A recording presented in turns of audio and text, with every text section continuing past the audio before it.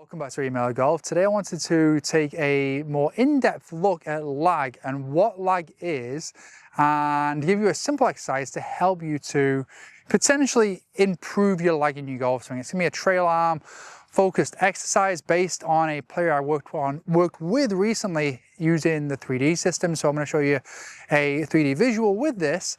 So let's start off with what lag actually is, because many of us in golf, we know lag is like, we look at this kind of visual here, almost with romanticism of like, oh, if I can get there, I'm going to be all good. But exactly what is it that gets us there, and what is it about that visual that really inspires us to work towards it? And of course, like, you'll look at a lot of players and you'll see like, oh, well, they're all there moving into that point in the golf swing. So hopefully I can really tie together like why it's so helpful, because we know it's helpful, there's enough evidence there, but why is it so helpful, and what is it that's actually happening to create that? So let's look at that to begin with. So first of all, the lag, that visual, is just one frame in time. And that frame in time is really capturing a visual of the club release. And from that point down into impact, that's what we've seen in the 3D. High-level players will actually start to put more pullback force on the hand of the club to release the club, okay?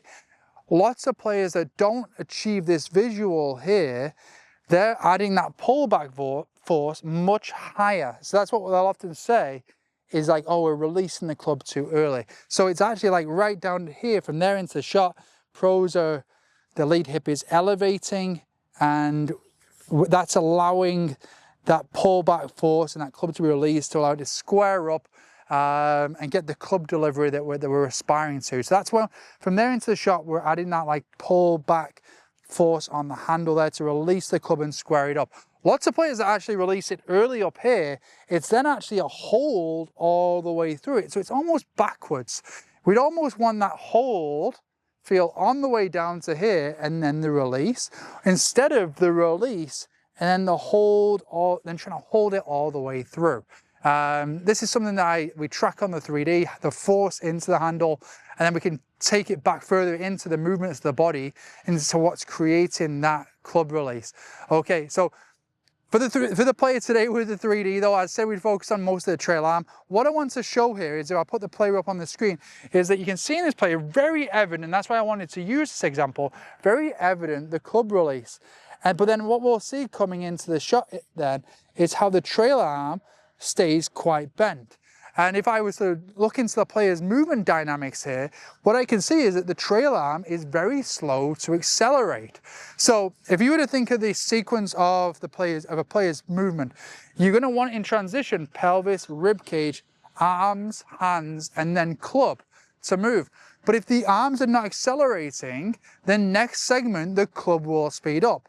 So if we go to the top of backswing and we don't allow the arms to accelerate, like as they would in sequence with the body, we're going to see the arms stay higher and then the club accelerate, and then we're going to be in that bent position there with the trail arm, trying to hold it, and then we're going to have much more release than we'd ideally want too early. So for a player that's getting a lot of release early, how can we get the arms and the hands to travel faster in the start of the downswing? And that's the drill I wanted to share with you today. So you can see here in the video just next to me here, I've tied a band up to a post just higher than me. And what I'm going to do is I'm going to go to get a feel that I'm at the top of my backswing. I'm just going to pull that band down. Again, I'm going to use the bigger segments, pelvis and rib cage, to do this. I'm going to pull that band down to impact with a sense of how the arms and the hands need to work in the downswing, so we can get in there. I mean, what I just did there is actually another wonderful drill. I actually always encourage players just to turn the club upside down. It's like, can you from the top swing down and stop right around impact? Because to do that, you can see how my arms have to move in a way that allows them to lengthen really naturally. Again, if you were throwing a ball, you're going to allow the trail arm, the arm throwing the object, you're going to allow it to lengthen quite naturally.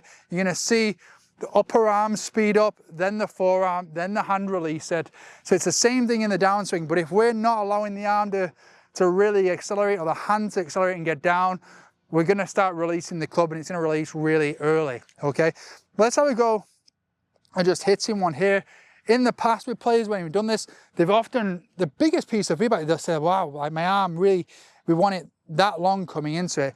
And often you'll see there are players out there that keep a little bit of bend, and there's always reasons why.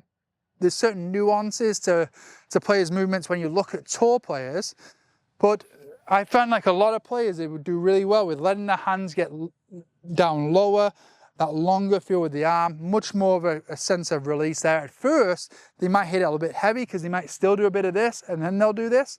But over time, then you're gonna realize like, oh, I have to hold it to not hit the ground too soon. Okay, so let's get in here. This would be my interpretation of this into a full swing feel. I'm gonna kind of let the trail arm lengthen, let the hands get low, turn my body into impact. And let's see if I can take that into my shot here and hit one nice and solid. That came off really nice. Just on the front edge of the green, so I'll take that one there.